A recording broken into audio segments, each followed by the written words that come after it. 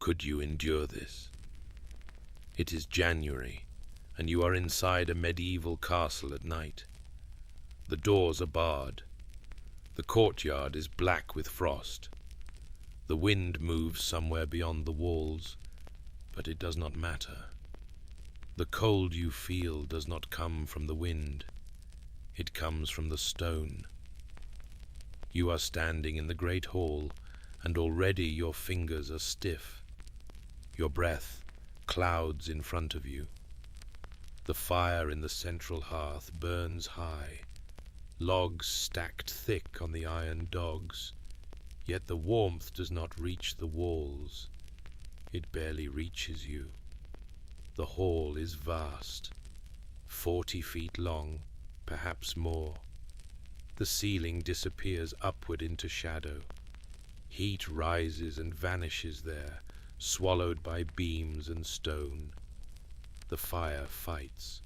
The room does not yield. This is not the cold of weather, not the cold of rain or wind. This is the cold that has been living inside these walls since autumn. The fires have burned for months, and still the limestone holds winter inside it. You are indoors, and colder than you would be outside in the yard. The benches are hard oak. The trestle tables are slick with a faint sheen of condensation. Somewhere above the smoke lingers beneath the roof louver a thin grey layer that never quite leaves. If you stay the night, this is what you endure. Stone that will not warm, air that moves only in draughts, a fire that never quite wins, and the hours are only beginning. The household is settling. The evening meal is 2 hours behind you now, the remnants of it still on the boards, the bones and the bread trenchers gone or going to the dogs that move between the tables, with the professional patience of animals that have learned exactly how much persistence is required before a bone becomes available. The tallow dips along the walls have burned low. The ones at the far end already out, that end of the hall given back to darkness. The good beeswax candles on the high table are still burning, 2 of them, tall, set in iron holders, but they are beginning to gutter in the draught that comes through the screens passage at the far end, the draught that is one of the hall's permanent conditions, arriving from the outside door through every combination of closed and open barriers, finding its way along the rushes on the floor, finding the ankles. The rushes are fresh, or relatively fresh. They were laid before Christmas, and are now acquiring the particular character of used rushes. The smell of them is complex, not entirely unpleasant. A layering of the clean, dry grass smell they started with, and the herb strewing that was mixed through them, and the ordinary smell of a hall that has fed many people, many meals, the bones and the grease and the wine soaked in, the dogs and the mud and the wet wool brought in from outside. In summer the rushes are changed more often. In January, with the yard frozen and the stores committed and the energy of the household directed entirely toward enduring, the rushes stay a little longer. You sit on one of the benches along the wall, not the high table, not tonight, that is not your place, and you feel the draught along the floor, and you pull your feet up onto the bench and tuck your cloak around them. The cloak is heavy wool, lined with something, sheepskin or rabbit fur, depending on your station, depending on what the household provides for its members of your rank. And it is the most important garment you own, the thing between you and the hall's cold, the thing you sleep in, eat in, work in, the thing you would be genuinely diminished without. Around the hall, the household is arranging itself for the night. This is what a castle does at night. It does not empty. There is no going home, not for most of the people who serve here. No house of your own to retreat to, no separate private space. The hall is home. The hall is the sleeping place, the eating place, the sitting place, the working place. The servants sleep on the benches and on the floor, rolled in their cloaks, as close to the fire as rank and custom permit. The dogs sleep where they always sleep, which is wherever they want, which turns out to be close to the fire. The fire anchors everyone to themselves in the dark. A page, a boy, 10 or 11, one of the several boys from good families sent here to be educated in the practice of service and the forms of a great household, is banking the fire under the instruction of the steward, reducing it to its night configuration, the big logs arranged to burn slow and steady, the fire damped down just enough to last through the hours before dawn without being fed. The boy's face in the firelight is entirely concentrated, the way children's faces are when they are doing something that has been explained to them as important, the seriousness of a person who does not yet know which things are worth being serious about, and therefore brings the full force of their concentration to everything. You watch him. He gets it right. To understand the cold, you first need to understand the building. Not as an observer standing outside it, noting its towers and its gatehouse, its curtain walls, its position on the rise above the river. You know all of that. You have lived with all of that for however many months you have been here. But as someone inside it, moving through it, knowing it the way you know any place you inhabit, by the drafts, by the temperature differentials, by where the cold comes from, and where it pools and where it can be outpaced. The great hall is the warmest inhabited space on a winter night, by virtue of the fire and by virtue of the number of bodies in it. Human warmth is not nothing. The sleeping servants, the dogs, the press of people who spent the evening here, all of this contributes something to the air of the room. It is still cold, but it is the warmest kind of cold the castle produces. The corridors are a different matter. The corridors are stone throughout. Stone floor, stone wall, stone ceiling in the vaulted sections, and they are exposed on at least one side to the outside air, through the arrow loops and the unglazed windows that line them, slits of black winter air that admit the cold the way a blade admits itself. Thin, precise, local, but finding the whole person in its reach. Walking the corridors at night, you keep to the wall that is furthest from the loops. You walk quickly. You do not stop. The cold in the corridors is not the cold that can be sat with. It is the cold that must be moved through. The tower rooms are the strangest. The chambers up the tower stairs, the Lord's private rooms, the solar where his wife and her women spend the days spinning and reading in what passes for warmth, the small chamber where the most trusted business is conducted. These rooms have fireplaces built into the thickness of the wall, and the fireplaces do something. They do not do enough.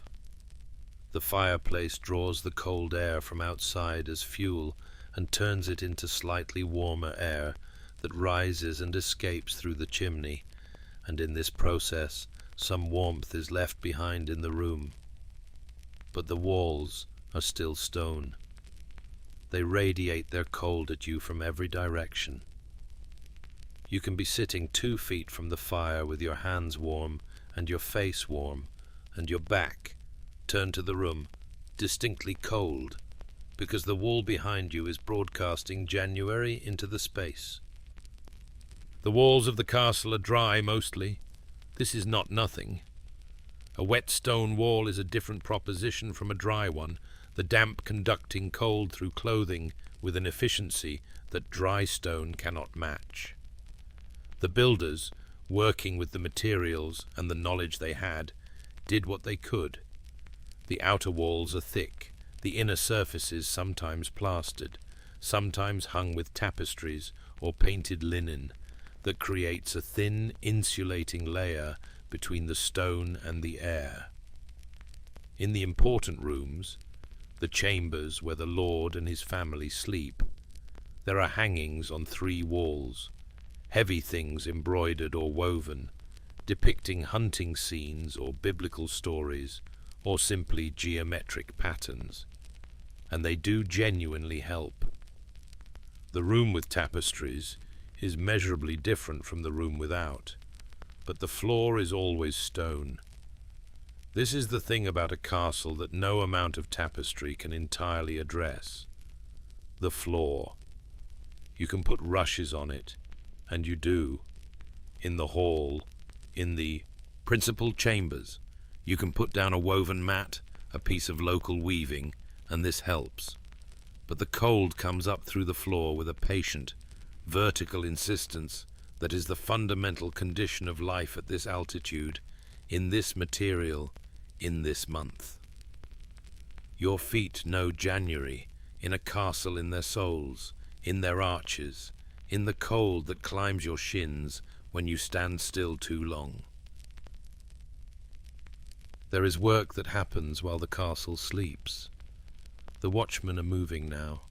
You can hear them faintly, the sound of their boots on the wall walk above, the particular rhythm of a man walking a patrol that he has walked so many times it has become entirely automatic, the mind elsewhere while the body does its rounds.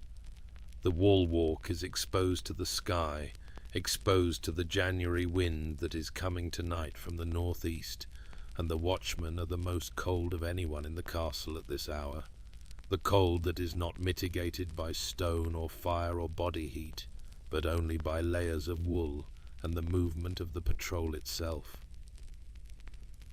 You are thinking about the watchmen. You are thinking about them because you are not asleep yet, though you should be.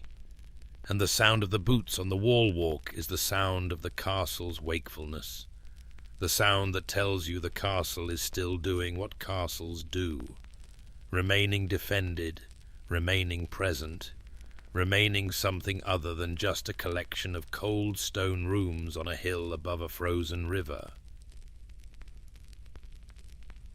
The hall has quieted.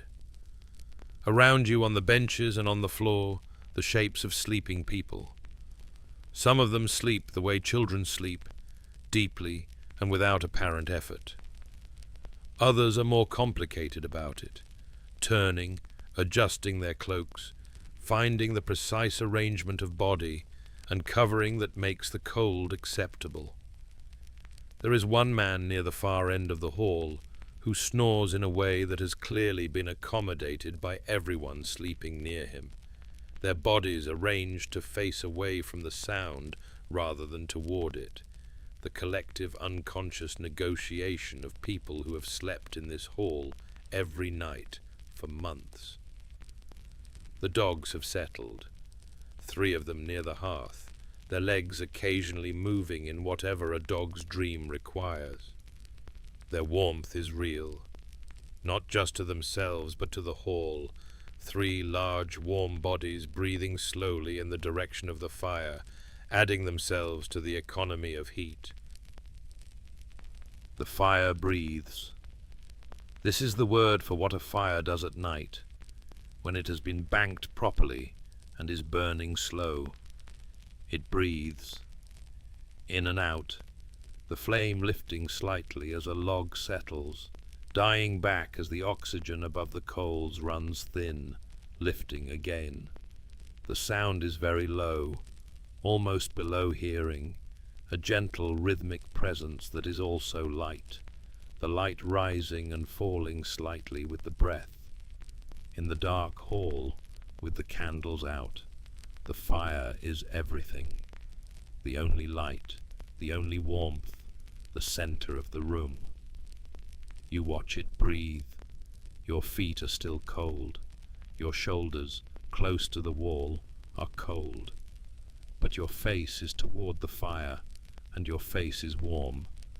And there is a particular pleasure in this asymmetry, the warmth in front and the cold behind, because the warmth is winning where it can, and you have arranged yourself to give it the best advantage. Above the hall, up the spiral stair that winds through the thickness of the tower wall, the Lord's chamber holds its own winter. You have been up those stairs. You have been in that room on the errands that bring servants into it, carrying the ewer of water, carrying the extra candle, carrying the message that required delivery before morning. The room is not large. Castle logic prizes thickness over spaciousness, the walls that keep the enemies out also keeping the rooms in, but it is furnished in ways that announce its importance. The bed is the first thing. It is a structure as much as a piece of furniture, a heavy frame of oak, carved at the posts supporting a canopy of heavy fabric that hangs down on three sides, and within this enclosure the actual sleeping space, compressed and dark and close and warm. This is the logic of the bed hangings, not decoration, not primarily, but a room within a room, a tent of cloth that traps the body heat of the sleepers inside. It that reduces the volume of air that must be warmed from the impossibly large volume of the chamber to the manageable small volume of the canopied enclosure. Inside the hangings, it is possible to be genuinely warm, or at least warm enough. The bodies of two people in a generous bed, generating enough heat that the layers of wool blanket and the feather mattress below, and the feather bed on top of them, create a microclimate that has almost nothing to do with January. You imagine this warmth sometimes. The mattress is stuffed with goose down, actual down, the soft underfeathers stripped from many geese over many years, accumulated, packed into the ticking in quantities that make the mattress several inches deep in softness. Below the sleepers, this down. Above them, another layer of it in the bed covering. The weight of it is itself a form of warmth, the pressure of the covering trapping the heat of the body warming its own small space, and the warmth staying. The fire in the Lord's chamber is a small one, a fireplace set into the wall, drawing its draught from a flue that runs up through the masonry to emerge above the roof line. It is burning tonight, though low, the squire who attends the Lord having banked it before retiring to his own arrangement near the door. The fire in the chamber does not heat the chamber. It warms one side of you if you stand near it. It keeps the temperature from falling to the most extreme possible low. It contributes without being sufficient, which is the most you can ask of a fireplace in 18 inches of stone. On the bedside, on the small table of good oak, there is a candle, beeswax, not tallow, the beeswax burning cleaner and brighter and without the faint meaty smell that tallow always carries. It is nearly burned down. By the time it goes out, the Lord will be asleep or nearly asleep, the hangings drawn, the warmth accumulating inside the enclosure, the cold of the chamber existing at some remove, irrelevant. The window of the chamber has a shutter, and the shutter is latched. But the window is taller here than the arrow loops in the corridors, and the shutter is wood, and the wood has shrunk slightly with the years, and along its edges there are thin lines of black, the cold night visible through them, and a draught from them that reaches the bed and touches the hangings and makes them sway very slightly, a movement you can see by the candle before it goes out. The scullion who is youngest, a boy of perhaps 12, thin in the way of a person who has been growing fast without always eating proportionally, is curled near the main hearth with the dogs. This is understood and overlooked. The boy keeps the dogs from being where they shouldn't be. The dogs keep the boy warm. The arrangement has a logic that no one has ever needed to state. Below the hall, beyond the door, and down the passage that drops toward the service end of the castle, the kitchens are the warmest place in the building. This is always true. The kitchens are the warmest place in a castle because the kitchens have 2 fires, sometimes 3, burning for 12 to 14 hours a day, because the ovens retain their heat for hours after the baking is done, because the enclosed spaces trap what warmth is produced rather than losing it to a great hall's ceiling, because the work that happens in kitchens generates heat in ways that are not found elsewhere. The steam of boiling, the smoke of roasting, the hot fat that spits and crackles in the dripping pan. At this hour, the deep of the night, the hours between compline and matins, the fires are low but not dead. The main fire, the one under the great iron spit that spent the afternoon turning a joint of something, has been banked. The bread oven, which was loaded this evening and sealed, is giving, off the long, slow heat of its cycle, the stored warmth of the fired clay working through the night to give tomorrow's bread its bottom crust. You can smell it in the passage before you reach the door, the yeast and hot stone smell, the smell of a process underway.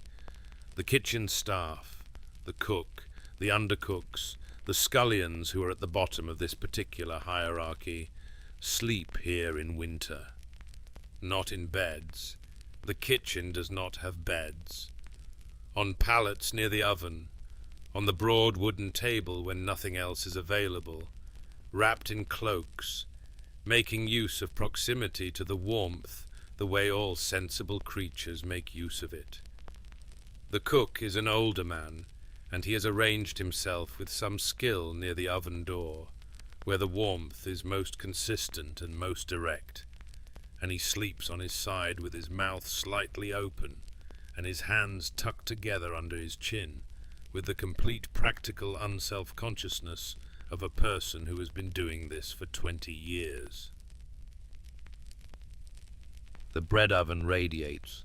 If you stand near it, and you do stand near it, having come here through the cold passage for exactly this reason, knowing from experience that the kitchens at night offer what the rest of the castle does not, you can feel it on your face and hands, a dry, even warmth that is different from the fire's variable heat, steadier, more dependable, the warmth of something that has accumulated over hours and is releasing it over hours. The oven's door is sealed with clay, the heat locked inside to do its work. What escapes through the clay is ambient, general, a warmth that fills the corner of the kitchen and asks nothing in return. You sit down on the bench near the oven. Your feet begin to stop aching.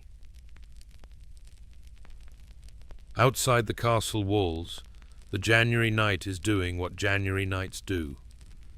The temperature has fallen since the last watch of the evening, fallen in that clean, decisive way of a clear winter night, when the heat stored in the ground during the shortened day goes back into the sky without a cloud to stop it.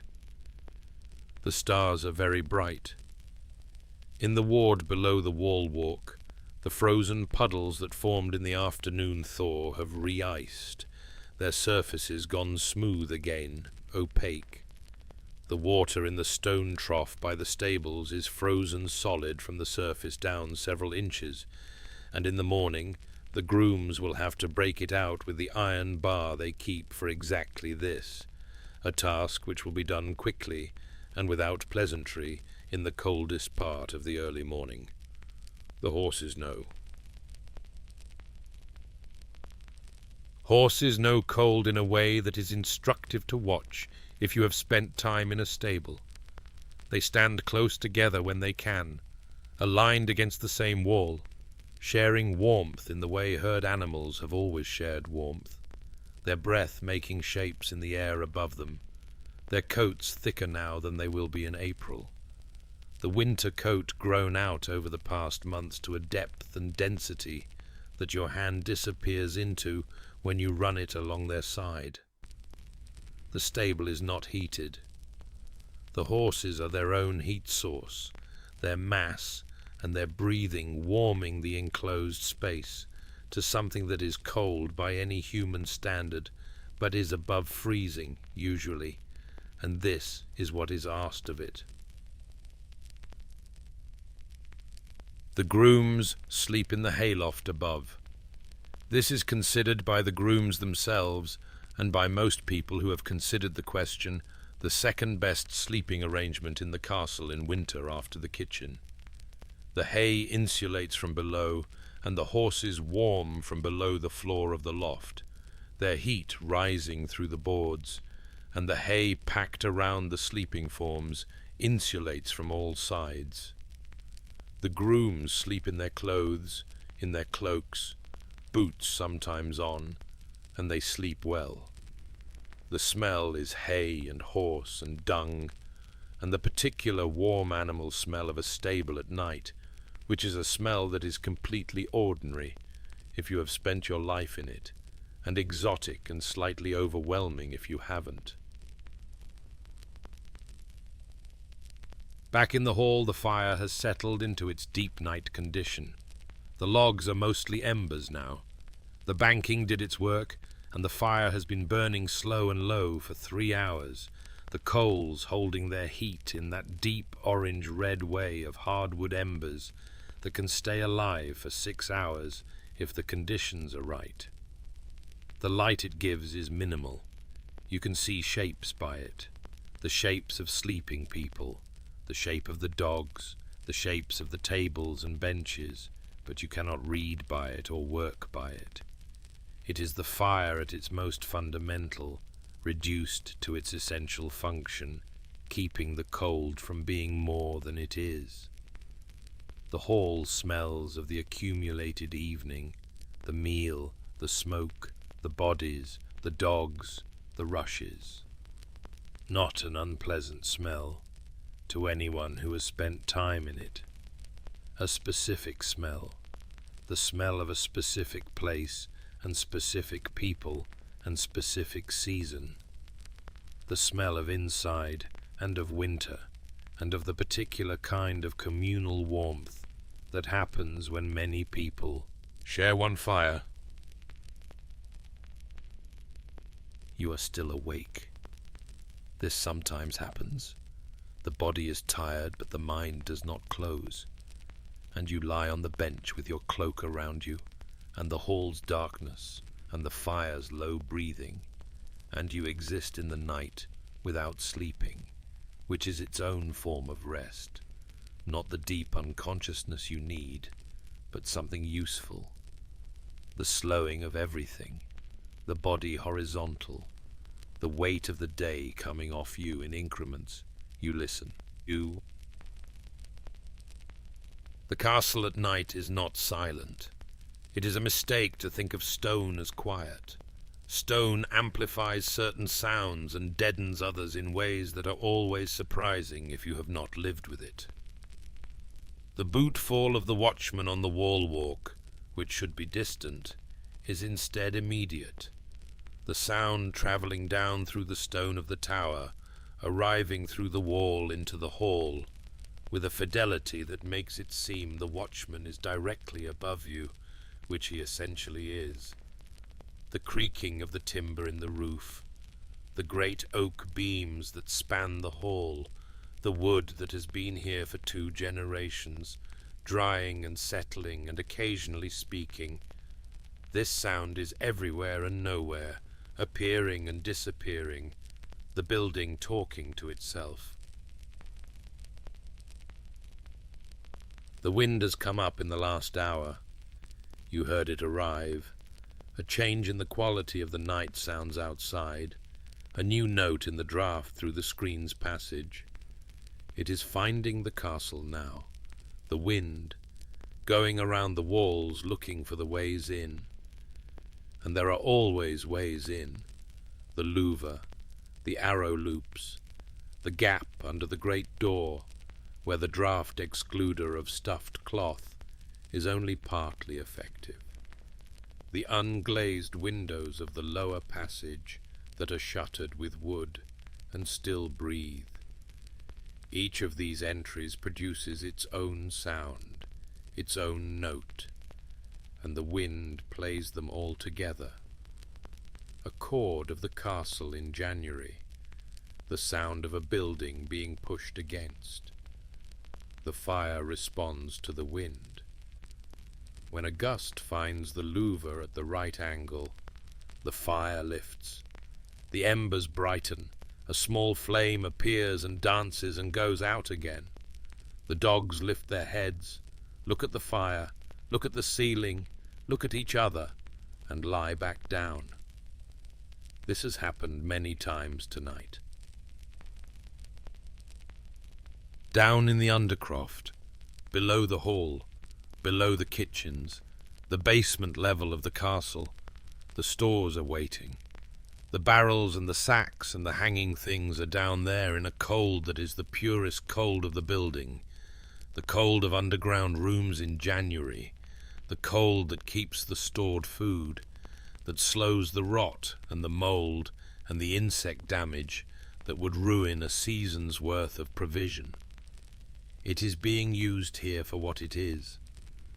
The cold that is the enemy of the people living above is the servant of the food stored below. The castle understands this, has always understood this. The undercroft is cold on purpose, its coldness a resource. The stone that cannot be warmed in the hall is doing useful work underground. The barrels down there are salt fish from the autumn, packed in brine, salt pork, dried peas, dried beans, smoked eels from the river before it froze, hard cheese wrapped in cloth.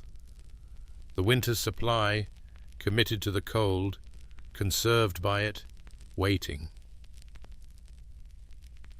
In the solar above, a room on the second level of the main block, east-facing, built to catch the morning light in better months, the women of the household have arranged their sleeping.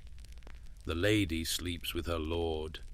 That chamber is separate, the great bed with its hangings keeping its microclimate through the night.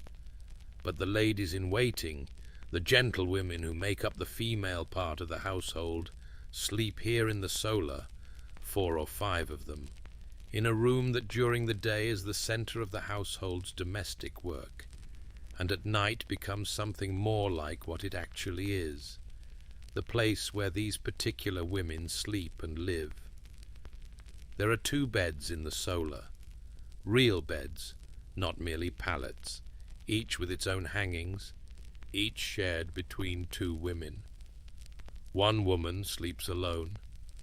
The eldest, who has been here longer than anyone else, who has earned this by the simple accumulation of years of service, and whose solitude on cold nights is its own kind of comment on the value of seniority.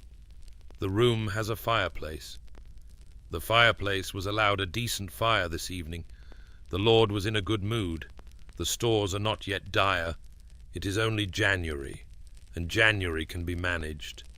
And the fire burned well through the evening while the women worked and talked. The embroidery frames set up in the best of the candlelight.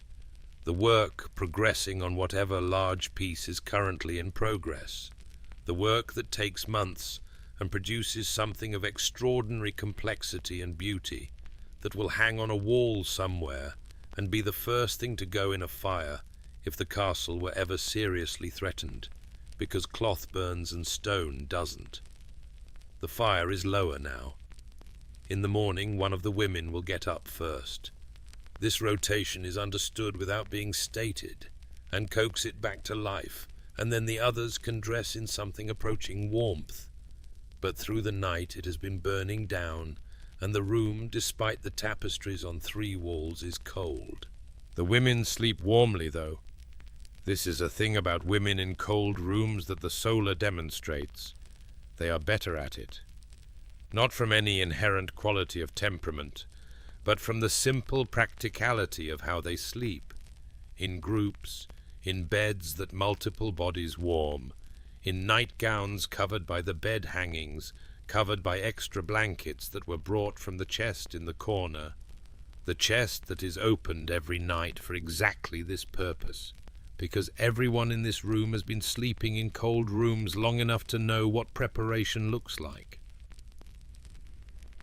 One of the women keeps a small glazed pottery vessel, an import, a thing from somewhere south, orange-red with a black design around the lip, which she fills with coals from the fire before she gets into bed and holds against her feet under the blankets.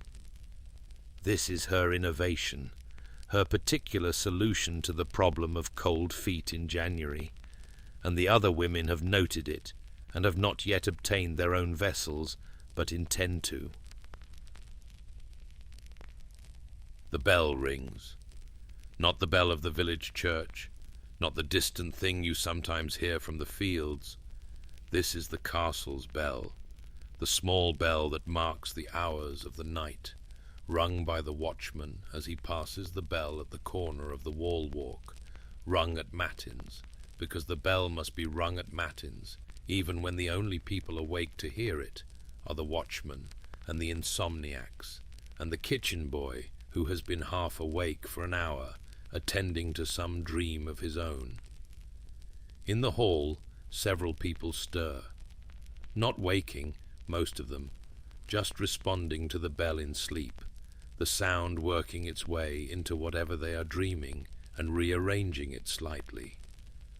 One man actually wakes, lies for a moment with his eyes open, staring at the dark ceiling, then turns over and pulls his cloak tighter and closes his eyes again. You have been awake through it. You have been lying on the bench in the particular mode of the person who has stopped fighting wakefulness and simply let it be, present in the night without resistance. And the bell at matins is not an interruption of this, but a landmark in it, a marker that says, this much of the night is behind you, more than half. The worst is past. This is not quite true. The coldest hour of a January night is the hour before dawn, when the temperature has been falling for 6 or 7 hours and has reached its lowest point, the darkness doing its work, and the morning is close but not yet arrived, and everything is at its minimum. Your feet know this already. Your feet, despite the cloak and the bench and the careful arrangement of your body, have reached a cold that is not quite painful but is significant, a cold that has seeped through the leather of your shoes and through the wool of your hose and settled into the soles and the toes with a patience that says, I was always going to be here eventually. I have been waiting. You get up. You do not go anywhere in particular. You walk toward the fire. The embers are still there, still orange, a good deep glow, and you kneel near them and hold your hands out, and the warmth comes to your palms and the backs of your hands in a rush of gratitude that is one of the more intense pleasures available to a cold person, this specific arriving warmth, this recognition by the body of what it needed. You hold your hands near the coals for a long time. You add a piece of wood. There is wood stacked near the hearth for exactly this purpose, for the night additions, the small pieces that can be added without waking anyone, and the wood catches and gives back something more than coals. One of the dogs wakes with the movement and looks at you and decides this is not threatening and goes back to sleep without getting up. the dog equivalent of being politely social. You sit on the hearthstone itself. The stone is warm. This is perhaps the most surprising discovery of your first winter in a castle, that the hearthstone is warm, that the stone can retain the heat of the fire the way the walls cannot, because the hearthstone is not a wall, it is a floor. It is a surface that is in direct and continuous contact with the fire above it, and this stone has been absorbing that fire for days, for weeks, for the whole winter, and it radiates it back at you when you sit on it. A genuine warmth coming up through the wool of your cloak, a warmth that says, "Here, take this. I have been keeping it for you." You sit on the hearthstone and look at the fire. A fire in the middle of the night is not the same fire as the fire in the evening. The evening fire is purposeful, attended, banked and maintained with specific intention. It is doing work, producing heat for the household, burning with direction. The middle of the night fire has released that purposefulness. It is burning because it is burning, because the coals are deep and the wood is good and the draught is coming through the louver at the right angle tonight. And what it produces without concern for whether anyone is benefiting from it. You are benefiting from it. You watch the flame on the new piece of wood, the way it finds the dry side of the log first, the side that was facing the coals, and climbs it in a thin orange line that branches as it goes, looking for the places where the grain of the wood opens, where the moisture still inside drives out as steam, where the volatile matter in the wood ignites. A piece of wood burning is a complicated event. You have looked at fires your whole life, and the combustion of wood is still something that rewards looking, the unpredictability of it, the small decisions it makes, the way it finds a new surface just as the old one is consumed. The hall is very quiet. The wind is doing something different now, not gusting, but a steady push, a continuous pressure from the northeast, and the castle is leaning into it, the way it was built to lean into things, with its whole weight, with no give, the mortar and the stone and the skill of the builders holding against whatever the night demands. The watchman's footsteps pass above. You hear them go along the wall walk above the hall, the east side of the patrol, measured and unhurried. You have spoken to this watchman. He is a man of middle years, thick-set, with the particular constitution of a person who has made peace with cold through long practice, who treats the winter watch as a thing to be done efficiently rather than suffered dramatically. He wears in January a quantity of layered wool that makes him appear larger than he is. The outer garment, a heavy felted thing that sheds rain and wind with a completeness that normal wool cannot achieve. Under it, layers. He carries a lantern, shuttered against the wind, that gives him light enough to see his footing on the icy wall walk, and no more. He has been doing this patrol, or one very like it, every winter night for some years. He does not find it romantic. He finds it cold. The footsteps fade. There is a quality that comes over a castle in the deep of the night that is not present at any other time. During the day it is a working organism, the bustle of the hall, the business of the lord, the coming and going, the management of horses and food and people and their various competing demands, the noise and the movement, and the constant adjustment of a place that exists to administer a great deal of land and the people on it. In the evening it becomes social, the household gathered around the fire and the tables, the music if there is a musician, the talk, the games of the people who are not exhausted, the particular politics of close quarters that a great household always manages. At night it is simply the building, the stone, the mortar, the timbers, the accumulated decisions of the people who built it. The choice of this site above the river for the command it gives over the road below, the choice of this stone from this quarry for its hardness, the decision about where to put the gate and which way to face the hall for the winter light.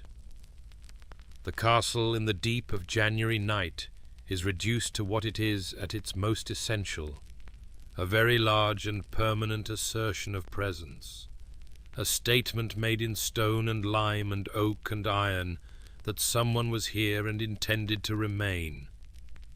You feel this, sitting on the hearthstone with the fire breathing beside you. The walls that are so cold are also very solid. The floor under you is very solid. The roof above, the great oak beams in the hall, the lead on the tower, the stone vaulting in the lower chambers, is doing what it was built to do, keeping the rain and the snow and the wind at the level of the outside, where they belong, and you at the level of the inside, where you belong. The cold that comes through is the cold that can be managed. The cold that comes through is not the cold of the open field, the cold of a November night in a ditch, the cold that kills people who have nothing to put between themselves and it. You have something. You have 18 inches of limestone and the fire and the cloak and the hearthstone and the great hall of a castle in January. And these things together are a shelter, imperfect and cold by modern standards, cold even by the standards of the people who lived in this time. They knew they were cold. No one thought this was ideal. But a shelter nonetheless, a thing between you and the worst of what the night can produce. The castle has a room that you have not yet thought of tonight, a room that rarely gets thought of in the context of warmth or cold, because it is a room that concerns itself with neither, the chandlery. Near the kitchens, adjacent to the buttery where the ale and wine barrels live, the chandlery holds the castle's supply of light for the winter. The tallow dips in their hundreds, made in autumn when the animals were slaughtered, and the fat was rendered, pulled through the fat in batches and hung to cool and stored in the cold of this room, where they keep without going rancid. The beeswax candles, fewer of these, more precious, reserved for the high table and the Lord's chamber and the chapel, stored separately, wrapped in cloth. The torches, the iron holders, the wicks in their wooden boxes. This room smells of tallow, a smell that is permanently in the walls, in the shelves, in the air, a faint, fatty, slightly mineral smell that is not unpleasant once you know it, that tells you you are in the room where the light lives. In January, the candles go fast. The days are so short that artificial light is needed for more hours than any other time of year. The household is at table by candlelight, working by candlelight, navigating the passages by candlelight. A castle in January burns through its light supply at a rate that requires the chandler to be always aware, always calculating, always deciding which rooms get candles tonight and which make do with a torch or nothing. The Lord's chamber always gets candles. The chapel always gets candles. The hall gets the tallow dips, many of them, because a hall full of people in the evening needs a hall full of light. The chandler tracks this the way you track firewood or grain, as a reserve with a rate of consumption and a date at which the reserve runs out, and that date must always be after the date at which more tallow becomes available, which is after the date at which more animals can be slaughtered, which is spring or close to it. Light is food. This is not a metaphor. In winter, light is as much a consumed resource as grain, requiring the same kind of inventory, the same calculation of sufficiency, the same anxiety when the supply looks uncertain. A castle without light at night is a castle that cannot function at night. The watchman cannot see their footing. The cook cannot work the evening meal. The Lord cannot read the letter that came this afternoon. Light is the precondition of everything else that happens in the dark months, and it costs, and it must be managed, and it runs out if no one manages it. You think of this now, on the hearthstone, because the fire is the only light in the hall at this hour, and the fire is doing the work of every tallow dip that could have been burning, doing it more generously and less precisely, the fire being what it always is, the original light source, the first answer, the simplest answer, always available as long as there is wood and someone who knows how to use it. The cold intensifies. You feel it as a presence, a thickening of the air above the warmth of the hearthstone, the cold pressing down from the ceiling with the weight of the hours that have accumulated since the fires were banked. The fire you added to an hour ago is still burning. It was a good piece of oak, and oak is patient. But the room has not gotten warmer with it, only held steady, the fire producing enough to counter the loss and no more. Around you the hall shifts. Not waking, not yet. The first grey light is still an hour away. But changing, the quality of the sleep changing, the deepest phase passing, the bodies becoming more present in the space, moving, adjusting, the occasional sound of a person speaking in their sleep and then subsiding. One of the younger servants, a girl of perhaps 14, who sat at the far end of the hall for supper and disappeared shortly after, wakes and looks around the hall with the startled expression of someone who briefly does not know where she is, and then the expression clears and she pulls her cloak up around her chin and closes her eyes again. You know this feeling, the moment of waking in an unfamiliar place and finding it strange, and then the recognition, and then the slightly too late comfort of knowing where you are when you are already awake. The fire needs wood. You add 2 pieces this time. It is almost morning. The conservation of the night can loosen slightly, and the fire responds, the flames coming up with something that approaches generosity, the light reaching further across the floor, finding the faces of the sleeping people and giving them color.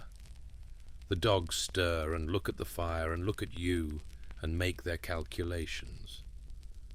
Outside something has changed in the sound of the wind, a diminishment, a dropping off. The steady push from the northeast has eased. The note through the louver changed from a continuous complaint to an intermittent one, gusts with gaps between them. This might mean the wind is shifting. This might mean nothing. You have been in this castle long enough to know that the wind's changes are real, but their meanings are not always legible, that the interpretation of weather is a skill practiced over years of being wrong and then being right and never being entirely certain. But the wind dropping before dawn sometimes means a clear day. A clear day in January is a rare and specific thing, not warm. Clarity in January means cold, the clouds that would have trapped the earth's warmth gone, the temperature dropping further, but bright.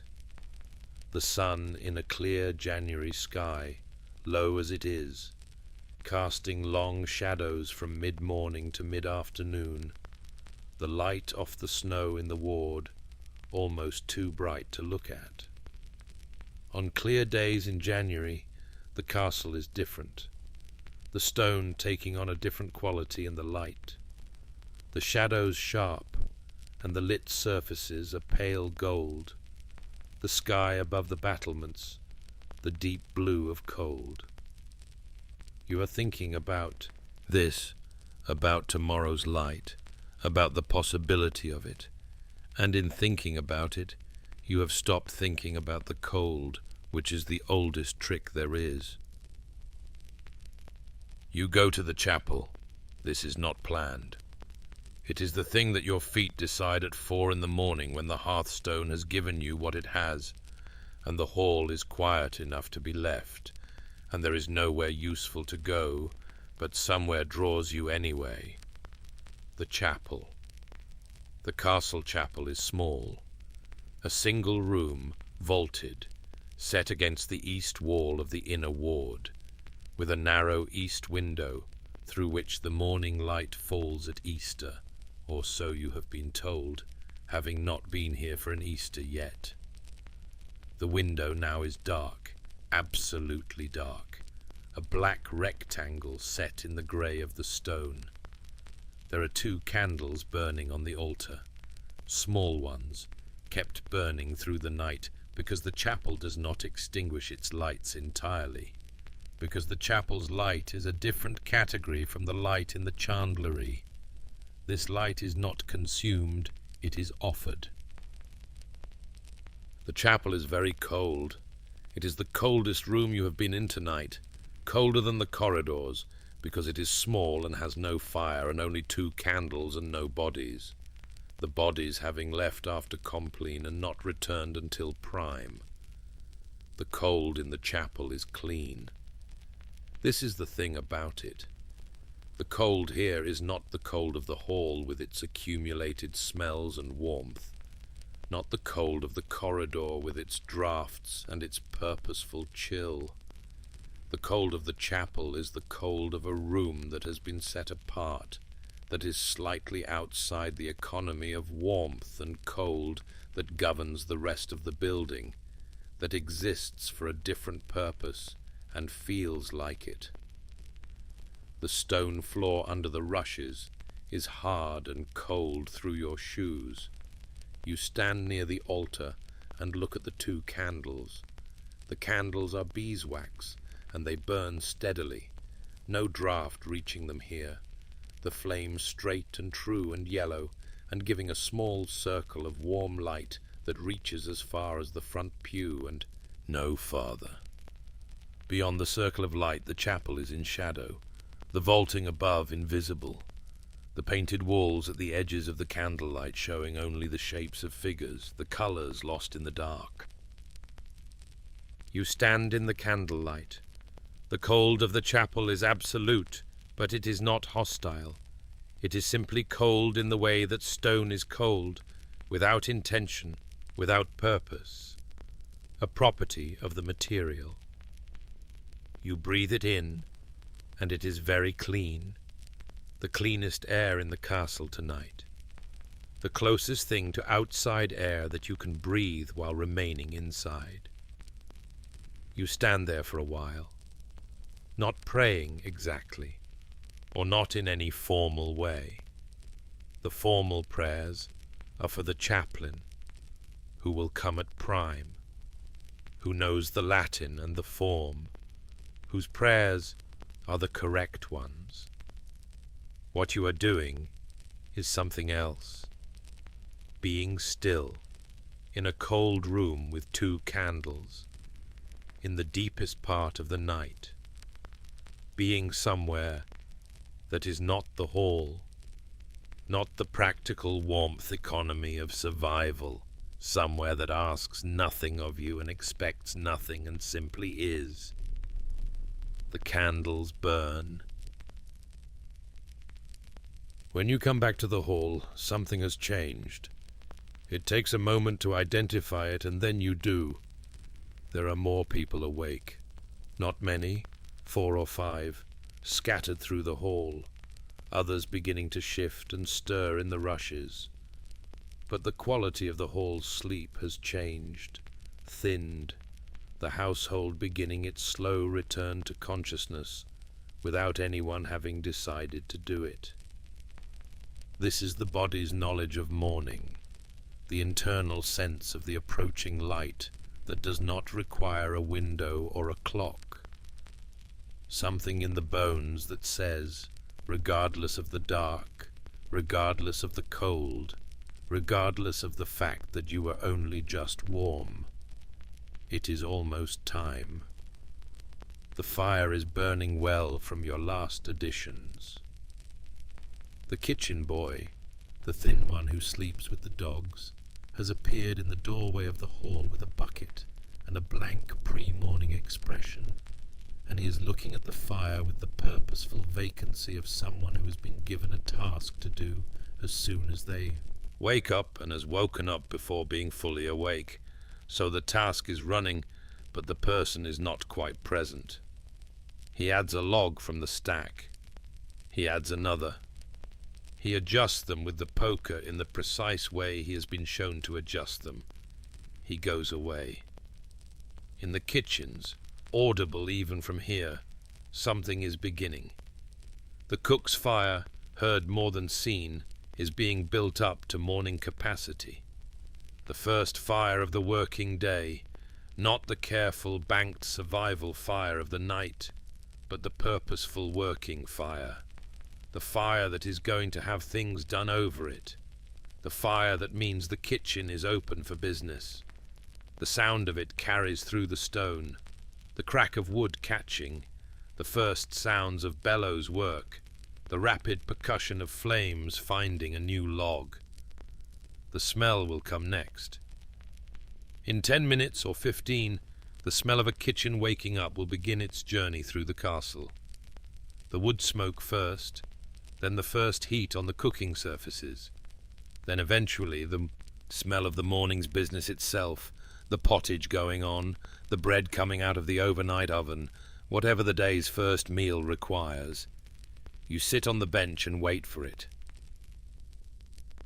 It comes through the arrow loops first, a change, not yet light, a dimming of the dark, the black of the loops going to grey, and then through the window opening above the screen's passage, a rectangle of the outside becoming visible, the sky out there going from nothing to something, the grey-blue of the last hour before sunrise.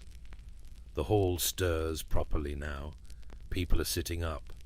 The cloaks that have been sleeping arrangements are becoming clothing again, wrapped and belted, the face and hair of a knight in the hall visible in the flat morning faces around you, the marks of the rushes, the dishevelment of hours, the cold still evident in how quickly hands go to cloak edges and pull them tight. The steward appears. He is a man who does not appear to have slept, who appears instead to have spent the night thinking about what today requires, and is now ready to discuss it, which not everyone is, this early, but which is his function and his nature. He moves through the hall with the quick assessment of a person taking inventory. The fire, good. The state of the floor, acceptable. The readiness of the household, improving. The things that need to happen before the Lord comes down for his morning meal, several. The page from last night reappears and receives his morning instructions, still with the face of someone who is more asleep than awake, but who is perfectly capable of performing the required tasks in that condition, which is a skill learned in the first weeks of service and never lost. You stand. Your body registers the standing, the stiffness of the bench, the cold in your joints that is the cold of a night not entirely slept in, the slight heaviness of not quite enough rest. This is the body in January in a great hall, its honest accounting of the night's conditions, not broken, not damaged, not ill, just lived in, used, carrying the evidence of the hours. You stretch. You feel the stretch move through your back and shoulders and down your arms to your hands, and the hands flex, and the blood comes back to the fingers in that familiar aching rush. You are very ready for breakfast. The trestle tables are set up again, the same trestles, the same boards laid across them again for the morning meal, the work of the servants done in the time between the household waking and the meal being ready, the hall reset for its daily function with the efficiency of a household that has been doing this reset every morning for years. The food arrives. Bread first. The bread from the overnight oven. The bread that was smelled an hour before it arrived. The bread that has been doing its work in the sealed oven since last evening. It comes out of the kitchens on wooden boards, the loaves round and dark crusted and giving off steam when the first one is cut. The crumb inside tight and giving off its smell into the cold air of the hall, where it expands and fills the space and makes everyone who smells it slightly more awake. There is pottage as well, the pottage that has been accumulating for days, added to and drawn from, the perpetual pot of the castle kitchen that holds the warmth of the fire and the sustenance of whatever has gone into it. Dried peas, root vegetables, whatever the kitchen can assemble into something filling and hot. In a castle of reasonable resources, in a winter of ordinary difficulty, the pottage has some meat in it, a bone at minimum, simmered long, giving its flavour to the broth. On a Friday it does not, the church having opinions about meat on Fridays that override the preferences of the household. Today is not Friday. There is cheese from the stores, the hard cheese, the aged thing, the cheese that was made in summer when the milk was plentiful and left to harden in the cool of the undercroft until exactly this use, providing something dense and substantial in the lean months, something that carries flavour in proportion to its size, the concentrated taste of summer, milk compressed into a hard wheel. And there is ale. The ale in a castle kitchen is brewed to a different standard from the ale in a village house. More grain, more care, a slightly higher strength, because the people drinking it are expected to do a day's work afterward, and the ale must support that work, rather than undermine it. You drink it now, still slightly warm from proximity to the kitchen fire, and it has the familiar thick graininess of January ale, the yeast still slightly present, the taste that means the brewing is recent, and the batch is good. You eat with both hands and without speaking much.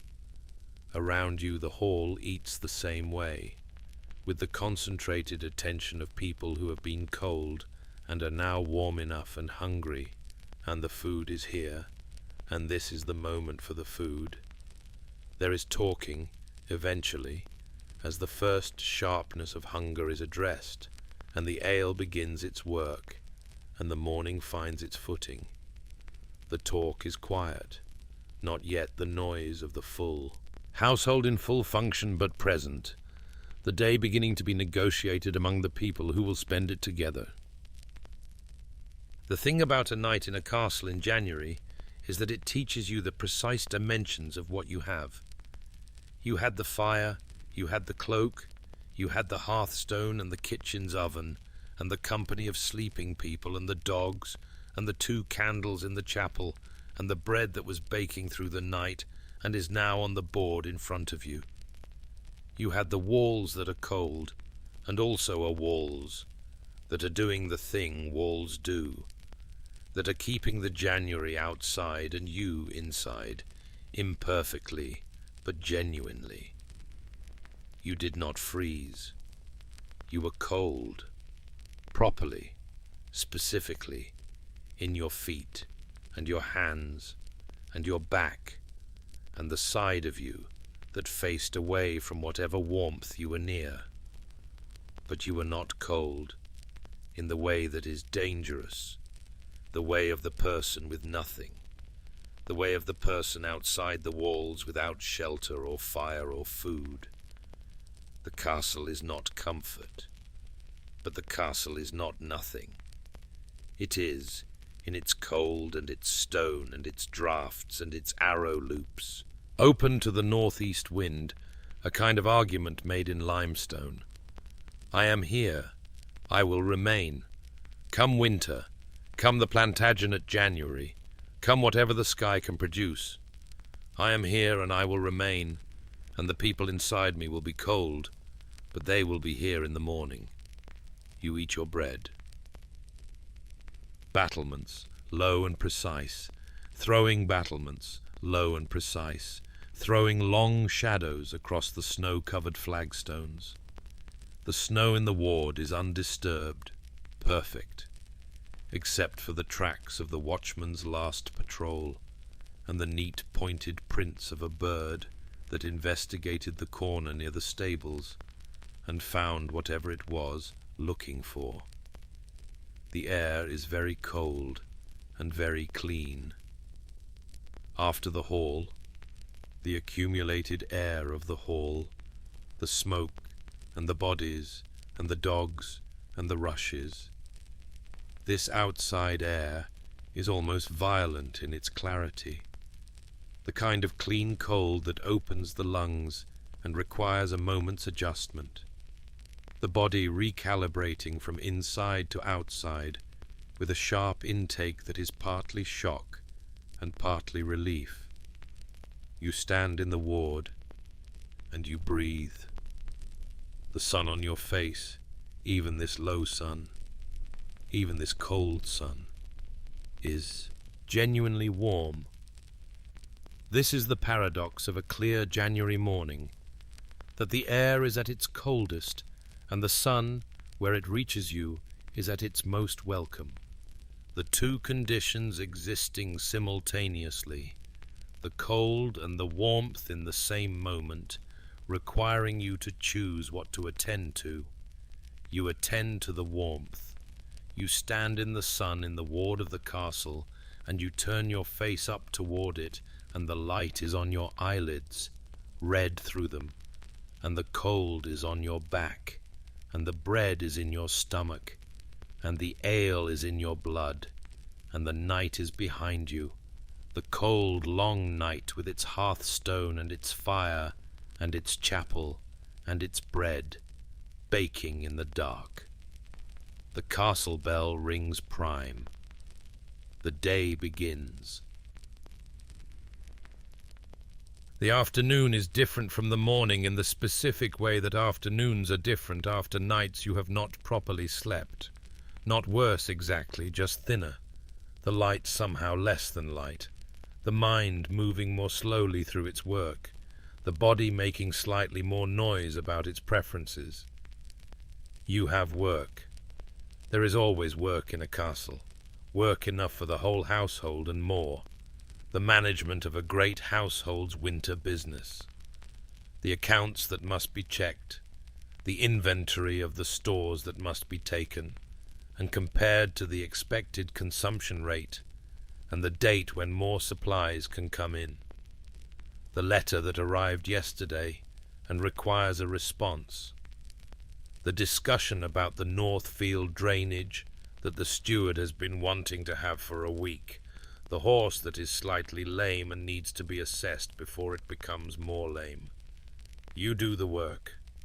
The afternoon light holds through to about 3 o'clock, when it begins its early departure with the particular ruthlessness of January, dropping out of the sky with a speed that always seems like a judgment, the long, bright, cold morning giving way to a greyness, and then a dimness that is not yet night, but is no longer afternoon, a threshold state that lasts an hour, and then resolves into the dark.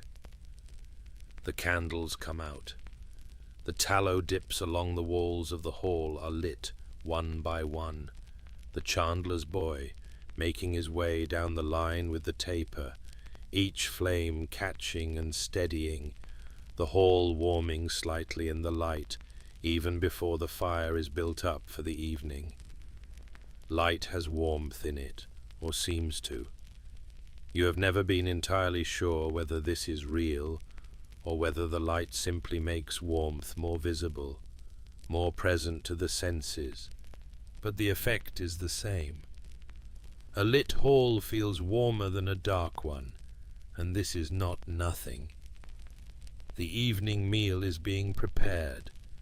You can smell it from where you sit, the kitchen sending its signals through the stone, the wood smoke and the roasting and the bread and the particular smell of something sweeter, dried fruit perhaps, a concession of the season, something to make the evening meal more than merely sustaining, finding their way up through the castle toward the hall where they are received as information and also as promise. The fire in the hall is built up as the household gathers for the evening.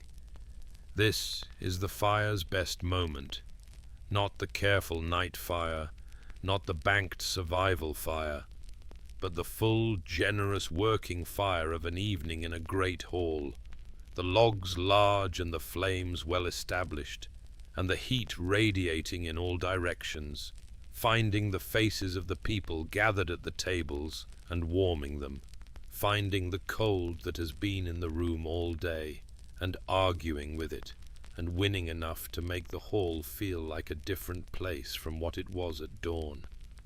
The Lord is at the high table. He has been here for some hours now, the business of the day conducted in his chamber, and then brought to the hall for the formal communal part of the day. The meal, the company of his household, the brief relaxation of the working day's structure into the slightly different structure of the evening, which is still structured. Everything in a great household is structured. Hierarchy is the first principle, and the last. The seating at the tables, the order of service, the forms of address, but structured in a way that has more room in it, more allowance for talk, and for the small pleasures that make long, cold winters endurable.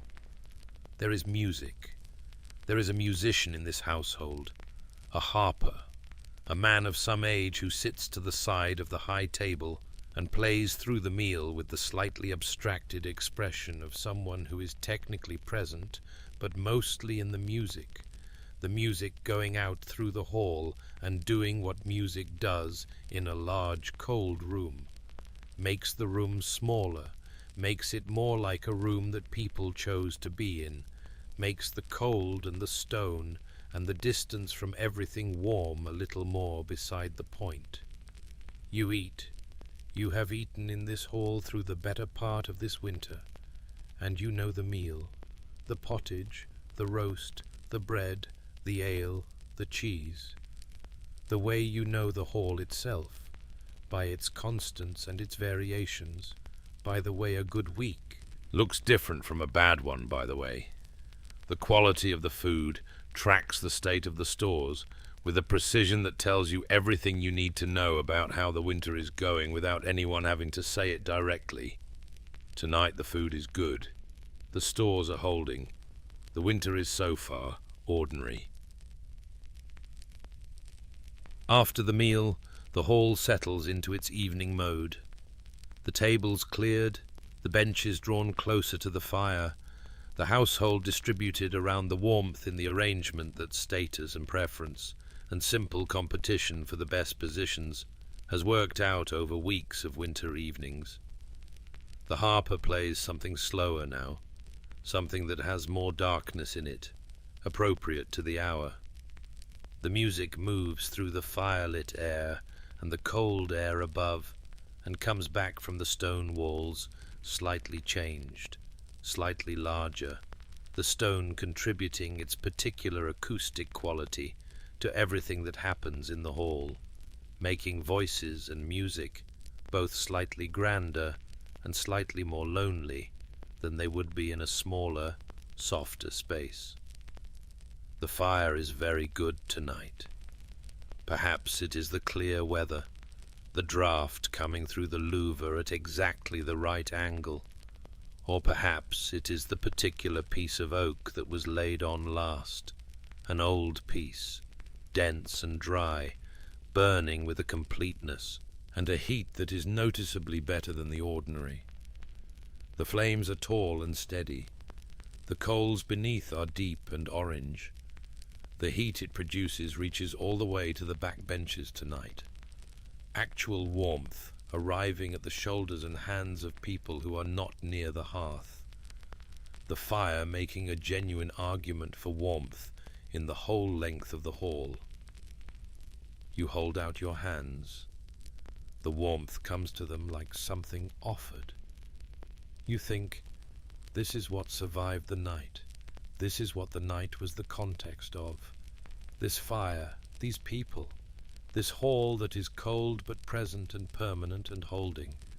The cold of the morning, the cold of the hearthstone and the chapel and the corridors and the pre-dawn hour when everything is at its lowest, was the full price of this. The full price of this warmth is that cold, and the cold was manageable. And here you are. The cold comes again with the same patience it had last night. This is the thing about winter. It doesn't tire of itself. It doesn't modify its terms because you endured the first time. The cold that was in the walls last night is in the walls tonight, deepened slightly, if anything, by the clear sky that has been pulling warmth out of the stone all day, while the sun pretended to warm it.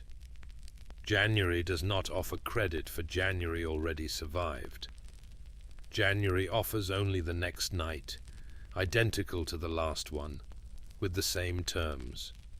The fire, the cloak, the hearthstone, the long hours, the cold that is in the walls, the cold that is in the floor, the cold that is in the air above the fire and below the fire, and in the corridors between the chambers, and in the ward outside, and in the stone, and in the stone, and in the stone, and the fire against it. Always the fire against it. One by one, the people around you are finding their arrangements for the night. The candles at the far end of the hall go out, the chandler's boy making his rounds in reverse, the flame moving backward along the walls, the hall darkening from the edges in. The lord has gone up already, the steward with him. The brief private business of the castle's evening concluded at the high table and then adjourned to the tower. The ladies went up at the end of the meal, the solar warming itself against their return. The fire is banked. The page does it tonight. A different page from last night. The rotation of small duties moving through the household's junior members. And he does it competently, the same technique as last night. The log arrangement and the ash covering. The fire settled into its night configuration with the practiced care of a boy who has been corrected on this more than once and is not going to be corrected again. The dogs settle. The floor fills, by degrees, with the shapes of sleeping people.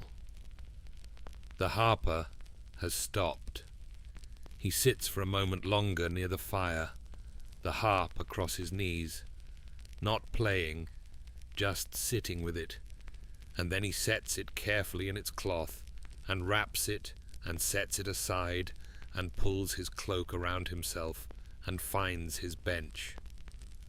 The hall goes quiet. The fire breathes. Outside, the clear January sky is full of stars. You will not see them from in here, but you know they are there. The same stars that were there last night. The same cold and steady light that has been falling on this castle and everything around it since before any of it was built. The stars that will be there after the castle is rubble, and the rubble is grass, and the grass is forgotten. But right now, it is not rubble.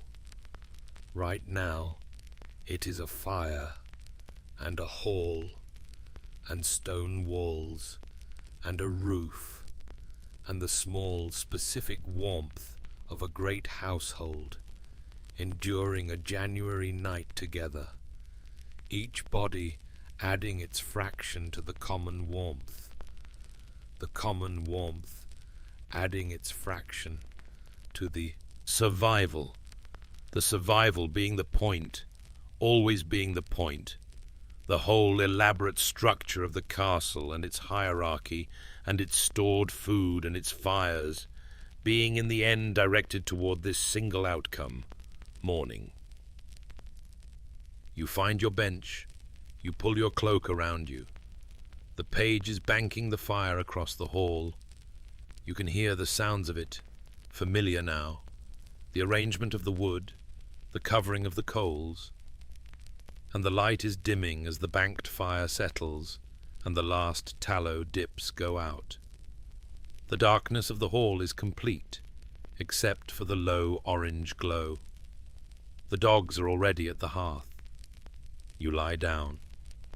You feel the cold of the bench through the cloak. You feel the draught from the screen's passage at your ankles. You feel the cold of the air above you where your face is uncovered. The castle's cold, the stone's cold, January's cold, the cold that is always here and always has been and will not be gone until something the castle cannot control.